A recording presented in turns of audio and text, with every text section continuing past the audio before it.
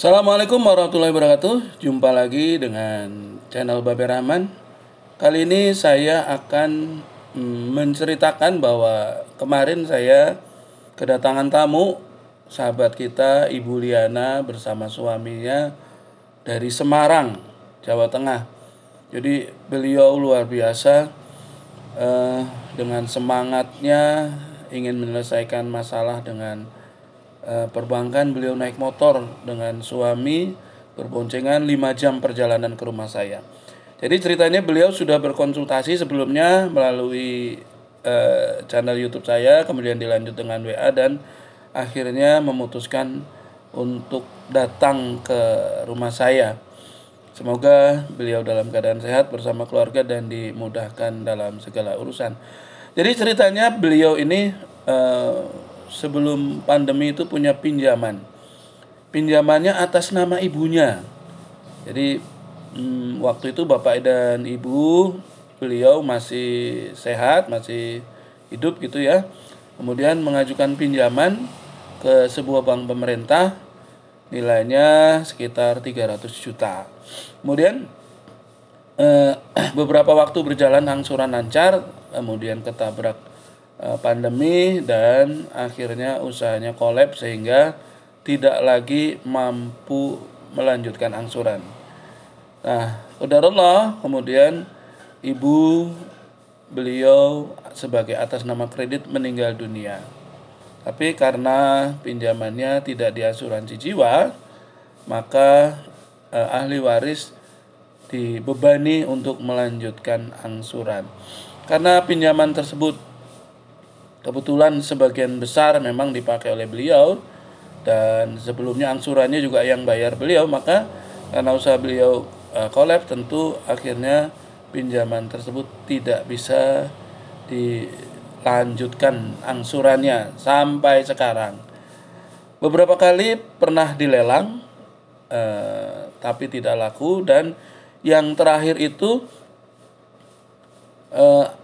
dilelang mendekati dengan sisa pinjaman pokok dan bunganya saja. Jadi kalau nggak salah pinjaman pokok dan bunga hingga dan denda itu sekitar 360 juta dan dilelangnya di angka 370-an juta saja. Pada waktu itu beliau menaksir rumahnya itu nilainya 1 miliar. Nah, ini yang saya tertarik untuk membahas buat rekan-rekan.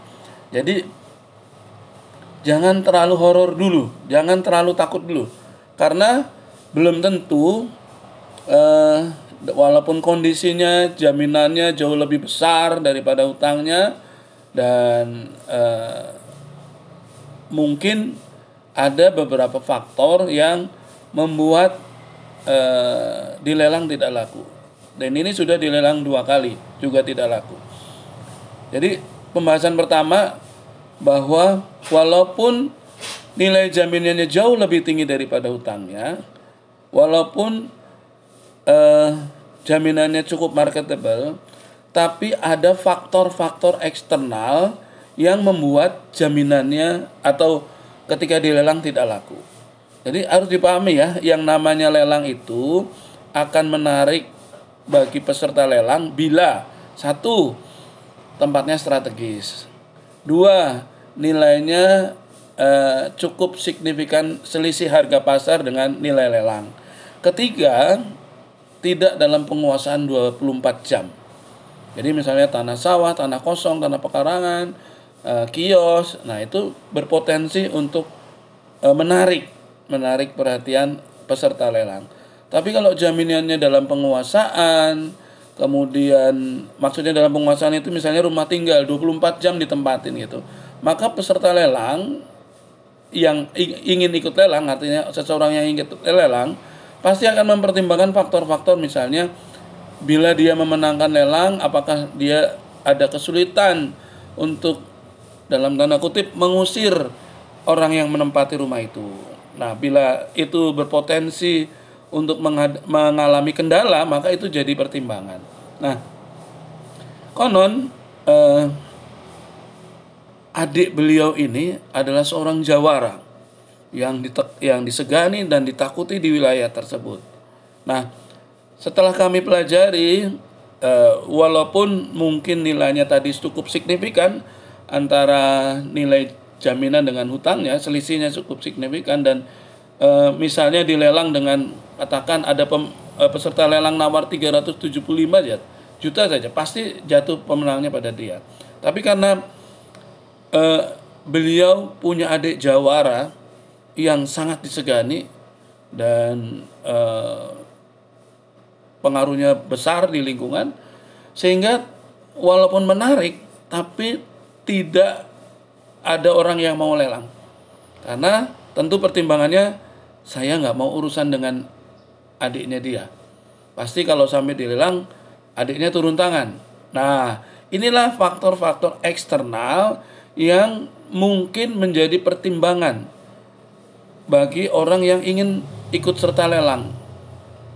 Bisa saja banknya menawarkan ke lingkungan terdekatnya, ke tetangganya, ke kiri kanannya, atau mungkin ke wilayah sekitar situ mungkin gitu. Kalau mungkin ada nasabah dari bank itu juga yang berdekatan, pasti dia akan tawarkan itu.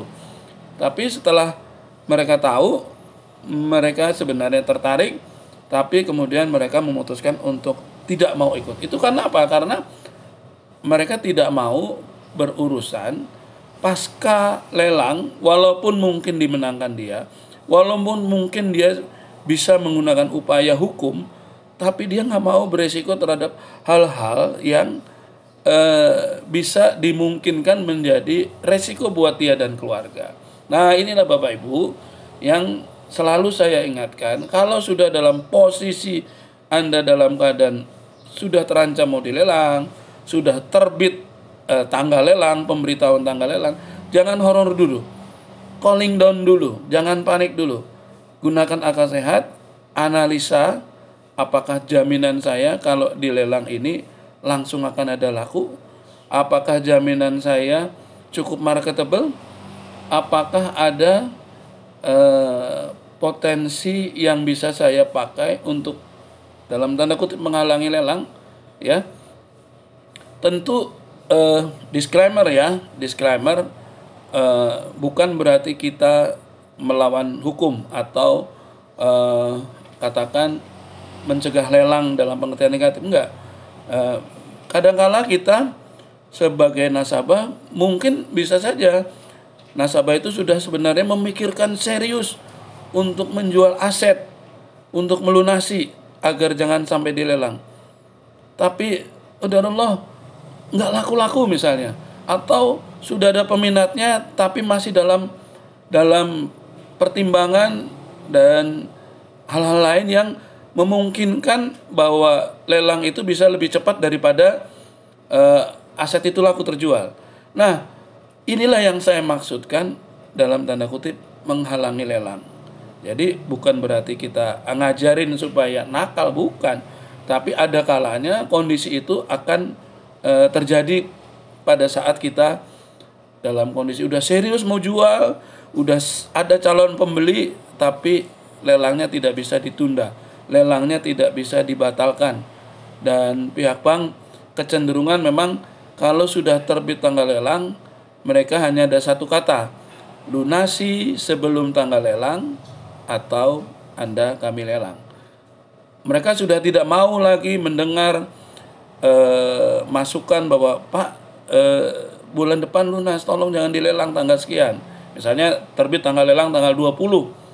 Kemudian Bapak Ibu menyampaikan, Pak tanggal 25 atau tanggal 28, Pak calon pembelinya datang ke rumah saya Pak dari luar kota. Dan itu sudah pasti mau dibayar misalnya.